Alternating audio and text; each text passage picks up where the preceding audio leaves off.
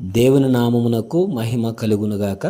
ప్రభునందు ప్రియమైన దేవుని బిడ్డలారా, అందరికీ ప్రభు అయిన యేసుక్రీస్తు నామంలో శుభవందనాలు. గడిచిన వారమంతా కూడా దేవుడు తన కృపలో మనల్ని భద్రపరిచి మరి ఒక వారంలోనికి, మరొక ఆదివారం రోజులోనికి మనల్ని నడిపించిన దేవాది దేవునికి మనం ఎంతగానో కృతజ్ఞతాస్తుతులు చెల్లించబద్ధులమైనాం.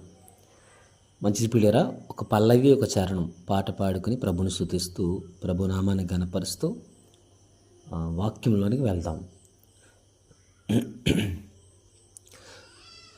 ఆరాధన అధిక స్తోత్రము, ఆరాధన అధిక స్తోత్రము,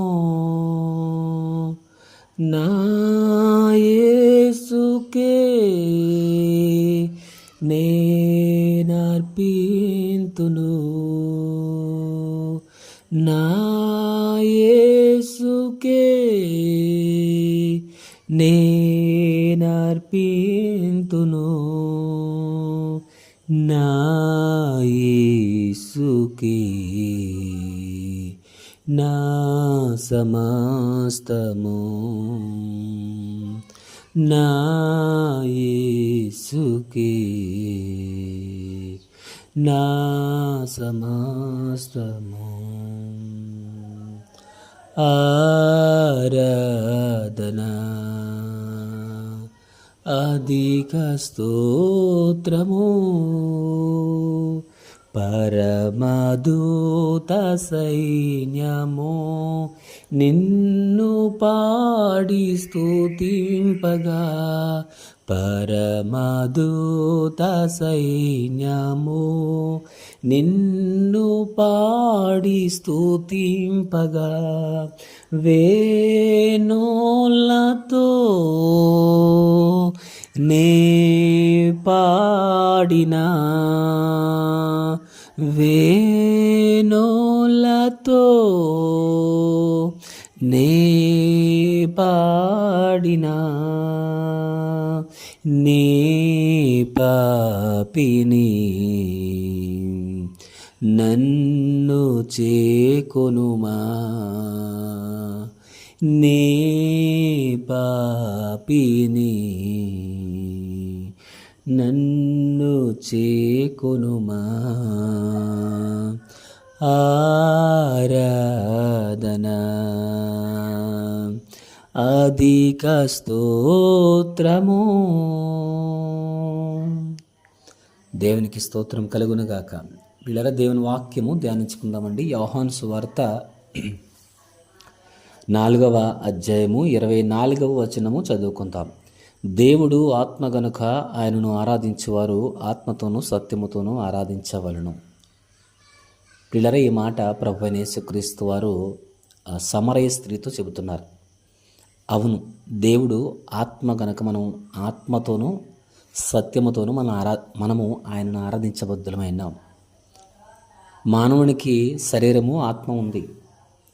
కాబట్టి మనం శరీరముతో ఆరాధన చేయడం ద్వారా ఆ ఆరాధన ప్రభు సన్నిధికి చేరుకోదు, ప్రభువుకి అది విలువైనది కాదు. ఆత్మతో మనం ఆరాధన చేయాలి.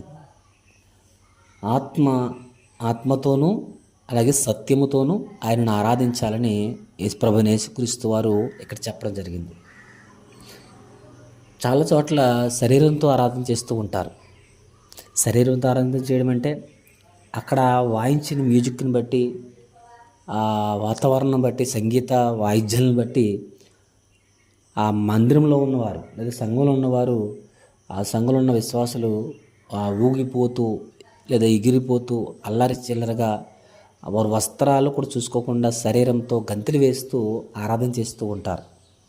అది దేవునికి ఇష్టమైన ఆరాధన కాదు. అది అంటే శరీరంతో కూడిన ఆరాధన దేవునికి ఇష్టమైనది కాదు. ఎందుకంటే బైబిల్లో రాయబడింది, అల్లరితో కూడిన ఆటపాటలు ఆయనకి ఇష్టమైనవి కావు, ఆయనకి అల్లరికి కర్త కాదని బైబిల్ సెలవిస్తుంది. కనుక శరీరంతో చేసిన ఆరాధన కాదు దేవునికి కావాల్సింది, ఆత్మతో చేసిన ఆరాధన దేవునికి కావాలి. ఎందుకు? ఆయన ఆత్మ గనుక, దేవుడు ఆత్మ గనుక ఆయన ఆరాధించేవారు ఆత్మతోనూ సత్యముతోనూ ఆరాధించాలి. ఈరోజు ఆదివారము పరిశుద్ధమైన దినము, ఆరాధన దినము. మనం ఆరాధన చేస్తున్నప్పుడు హృదయపూర్వకంగా ఆత్మతో సత్యముతో ఆయన ఆరాధించబద్ధమై ఉన్నాం. ఆయన ఆత్మ గనుక మన ఆత్మను పరిపూర్ణంగా దేవుని సన్నిధిలో పెట్టి మన ఆత్మను కుమ్మరించాలి. ప్రభు సన్నిధిలో ఆరాధనలో కుమ్మరించినప్పుడు, మన ఆరాధన ప్రభు సన్నిధికి చేర్చుకున్నప్పుడు, ప్రియులారా, చేర్చుకోబడినప్పుడు మన స్థితిగతులు దేవుడు మార్చివేస్తాడు. తర్వాత ఏమంటున్నాడు? సత్యముతో. ఆయన సత్యవంతుడైన దేవుడి దగ్గరికి వచ్చిన నీవు నేను కూడా మనలో అసత్యము, అబద్ధము, అపవిత్రత లేకుండా, అంటే మానవ జీవితంలో ఉంటుంది అని ఒప్పుకుని పశ్చాత్తాపంతో సత్యముతో ఆయన ఆరాధించాలి. నేను తప్పిదం చేసినప్పుడు పాపం చేసినప్పుడు ఒప్పుకుని విడిచిపెట్టి సత్యంతో ఆయన ఆరాధించాలి. ఎందుకంటే సత్యవంతుడైన దేవుడి దగ్గరికి వచ్చిన నీవు, ఆయన దగ్గరే సత్యం ఉంది కనుక సత్యవంతుడి దగ్గరికి వచ్చిన మనము, ప్రియులరా, సత్యముతో మనం ఆయన్ని ఆరాధించబద్ధులమైనాం. ఆత్మతో ఆయన ఆరాధించబద్ధులమైనాం. ఆత్మస్వరూపైన దేవుడిని మనం ఆత్మతో ఆరాధించినప్పుడు మన ఆరాధన ప్రభు సన్నిధికి చేర్చుకొనబడుతుంది. అందుకనే పై మాటలో యేసుక్రీస్తు ఏమన్నారంటే, యథార్థముగా ఆరాధించేవారు ఆత్మతోనూ సత్యముతోనూ తండ్రిని ఆరాధించే కాలం వచ్చిస్తున్నది. యథార్థముగా ఆరాధించేవారు అంటే యథార్థముగా ఆరాధించేవారు ఉన్నారంటే అబద్ధముగా ఆరాధించేవారు కూడా ఉన్నారు కదా, అసత్యంతో కూడా ఆరాధించేవారు ఉన్నారు కదా. ఒకసారి ఆలోచించాలి ప్రియులారా. అందుకని పైన ఒక మాట అంటున్నారు, మేము మాకు తెలిసిన దానిని ఆరాధించేవారము, రక్షణ యూదులోంచే కలిగినది. మీరు మీకు తెలియని దానిని ఆరాధించేవారు అంటాడు. తెలియని దాన్ని ఆరాధించడం ఏంటి, తెలిసిన దాన్ని ఆరాధించడం ఏంటి? అంటే లోకంలో రకరకాల ఆరాధనలు, ప్రార్థనలు, ఆలయాలు రకరకాలుగా ఉన్నాయి. తెలిసిన దానిని ఆరాధిస్తున్నాం అంటున్నారు ఇక్కడ యేసుక్రీస్తు వారు. కనుక తెలిసిన దేవుణ్ణి, సత్యవంతుడైన దేవుడి దగ్గరికి వచ్చిన మనము ఆత్మతో ఆరాధించాలి. శరీరము కాదు దేవునికి కావాల్సింది. ఎవరి శరీరము మృతతల్యము, శరీరము కొద్ది కాలమే ఉంటుంది.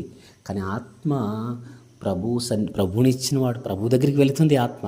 కనుక ఈ ఆత్మతో మనం ప్రభుని ఆరాధించబద్ధులమైనాం. సత్యముతో ఆయన ఆరాధించబద్ధులమైనాం.